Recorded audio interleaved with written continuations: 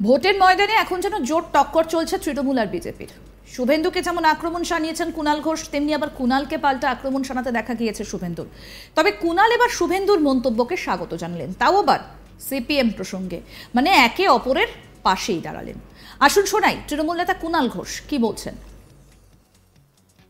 যখন একটা জায়গায় কন্যাশ্রী দেয়া হচ্ছে, সেখানে হিন্দু মুসলমান বলে দেখা হচ্ছে না, আবার এই জায়গায় বিজেপি একটু জিতেছিল ওখানে দেব না, এই কাজও কিন্তু তৃণমূল সরকার করছে না, সকলের জন্য করছে। তাই তৃণমূলের প্রতি সমর্থন আর ভোটটা বাড়ছে। এই রাজনীতিটা করছে কিন্তু বিজেপি সিপিএম।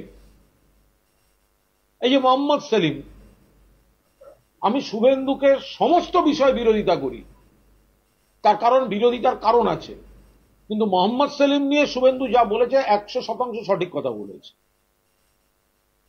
মোহাম্মদ সেলিম কেন ঘুরে ঘুরে দাঁড়ান? তিনি যদি সিপিএম এর রাজ্য সম্পাদক হবেন, এত বড় নাকি পার্টি, এত বড় নেতা কমরেড মোহাম্মদ সেলিম, তাহলে সেই মোহাম্মদ সেলিম তিনি একবার উত্তর কলকাতা, একবার রায়গঞ্জ, একবার এন্টালি, একবার চণ্ডীতলা, একবার অমুক, তিনি মুখে বলছেন সেকুলার, কিন্তু ঘুরে ঘুরে ঘুরে ঘুরে সংখ্যালঘু অধ্যুষিত জায়গায় গিয়ে দাঁড়াতে যান আর হারেন, কারণ সংখ্যালঘুরাও সমর্থন করেন না ওনাকে।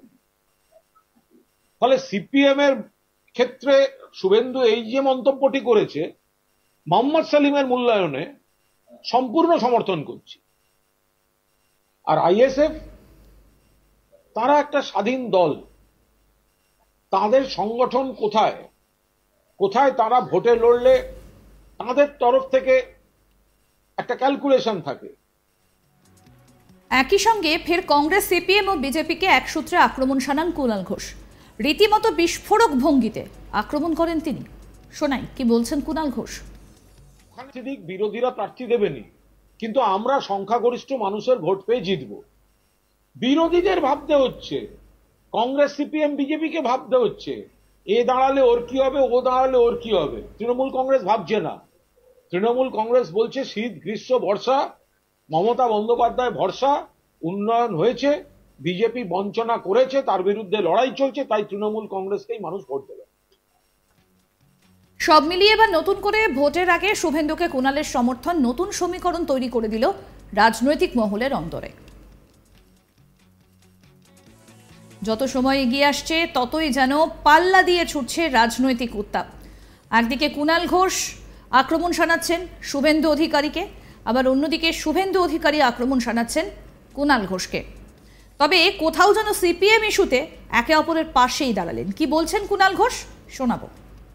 যখন একটা জায়গায় কন্যাশ্রী দেয়া হচ্ছে, সেখানে হিন্দু মুসলমান বলে দেখা হচ্ছে না, আবার এই জায়গায় বিজেপি একটু জিতেছিল ওখানে দেব না, এই কাজও কিন্তু তৃণমূল সরকার করছে না, সকলের জন্য করছে। তাই তৃণমূলের প্রতি সমর্থন আর ভোটটা বাড়ছে।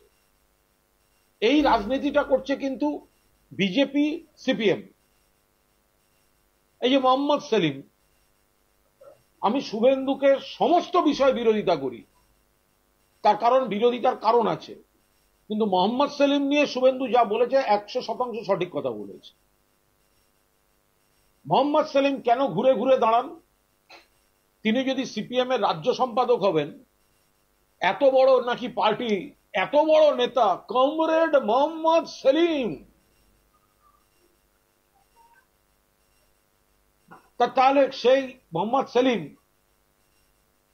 তিনি একবার উত্তর কলকাতা, একবার রায়গঞ্জ, একবার এন্টালি, একবার চণ্ডীতলা, একবার অমুক,